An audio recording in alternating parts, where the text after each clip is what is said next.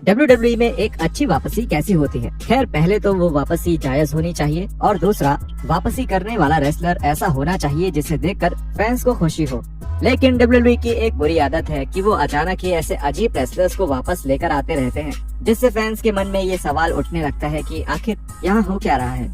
तो जुड़िए हमारे साथ जहां हम अब तक के WWE के 10 सबसे अजीब रेसलर्स की वापसी की बात करेंगे। केन। हालांकि केन WWE के सबसे बड़े नामों में से एक हैं, लेकिन उनके हिस्से में भी बहुत सारे अजीब और अनचाहे रिटर्न्स आए हैं। उन सब में से सबसे अलग 2017 में था, जब केन ने WWE टेलीविजन पर द शील्ड के साथ एक फ्यूड के लिए वापसी करी थी।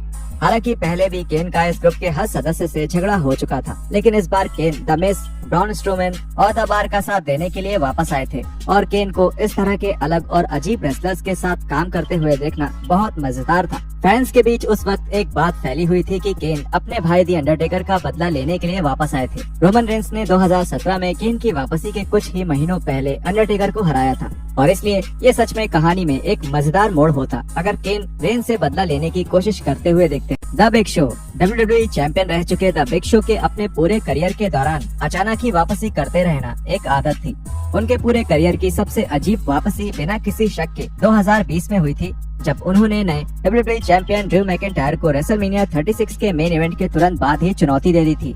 ये WWE में होने वाले सबसे अजीब मैचेस में से एक था और हालांकि ये रेसलमेनिया 36 के बाद हुआ था, लेकिन ये उसकी अगली रात को रॉ पर चला गया था।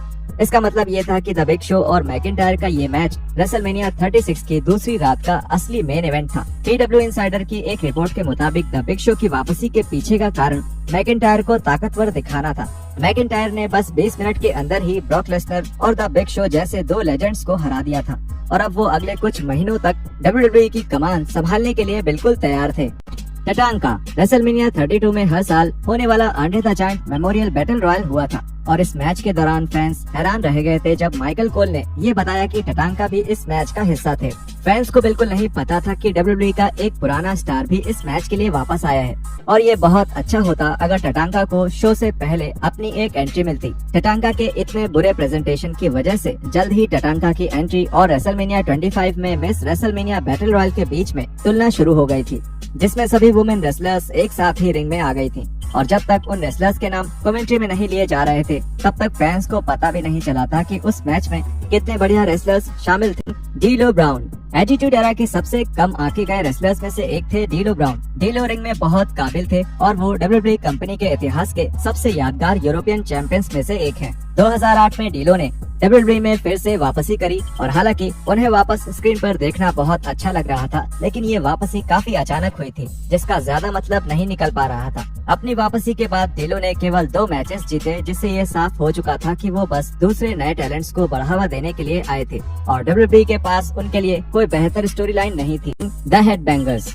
2016 में WWE अपना नया ब्रांड स्प्लिट लेकर आए थे और क्योंकि स्मैकडाउन के पास अपने खुद के टैग टाइटल्स थे, इसलिए उन्हें अपने टैग डिवीजन को भरना पड़ा था। ऐसा करने का एक तरीका जो उन्होंने अपनाया वो था द हेडबैंगर्स को वापस लाना।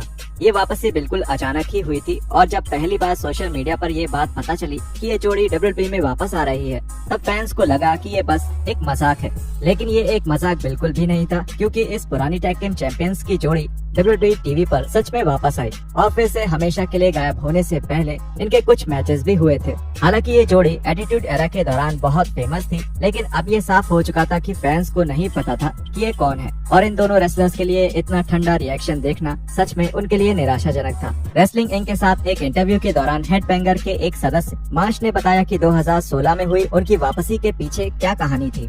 उन्होंने बताया, मुझे दरअसल रोड डॉग का मैसेज आया था। उसने कहा, क्या तुम लोग स्मैकडाउन ट्यूसडे करने के लिए तैयार हो? और मैंने कहा, हाँ अच्छा मजाक है, तुम कौन हो, मुझसे क्यों पंगा ले रहे हो? और फिर जैसे ही मैंने वो मैसेज भेजा उसने मुझे कॉल किया और वो असल में हमें उसके एक हफ्ते पहले ही बुलाना चाहते थे, लेकिन वो शायद बॉस्टन या कहीं थे। वो कैसीनो जहाँ इतनी कड़ी मेहनत करनी पड़ी थी, इतनी ताकत, पूरे 9 यार्ड्स, तो हमारे पास उतना सब करने का समय नहीं था। तो ब्रायन ने मुझसे कहा, मुझे नहीं पता कि हम इसको एक और हफ्ता टाल पाएंगे या नहीं, तो मैं तुम्हें अगले हफ्ते कॉल करता हूँ। और मैंने कहा ओके। उस वक्त मुझे किसी से भी इस तरह की बात किए हुए 15 से 16 साल हो चुके थे और ये वो एक चीज थी जो मैं हमेशा से करना चाहता था। मेरा बेटा उस वक्त 12 साल का था और मैं हमेशा चाहता था कि वो मुझे एक असली WWE रिंग में देख पाए। तो वो अब यहाँ बहुत सारे हाउस शोज करते हैं और मैं वो सब समझ नहीं पा रहा।